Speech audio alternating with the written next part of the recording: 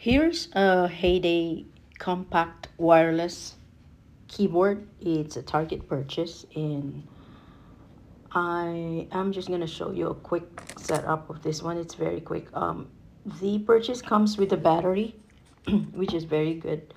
So all you need to do, so it comes with a battery and a USB receiver, because you will need a USB receiver that you will connect to your PC or your laptop. Make sure you install the battery in the correct direction so you don't have to spend time changing it, because it wouldn't work, of course.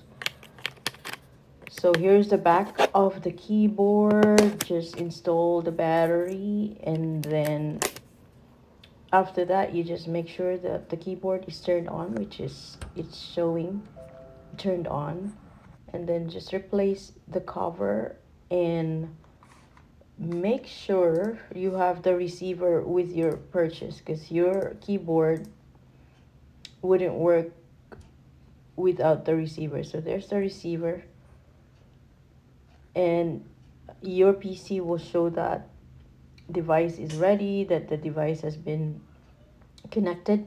And so there you can see that the keyboard worked right away. No extra steps, and just turn it off if you want to after using.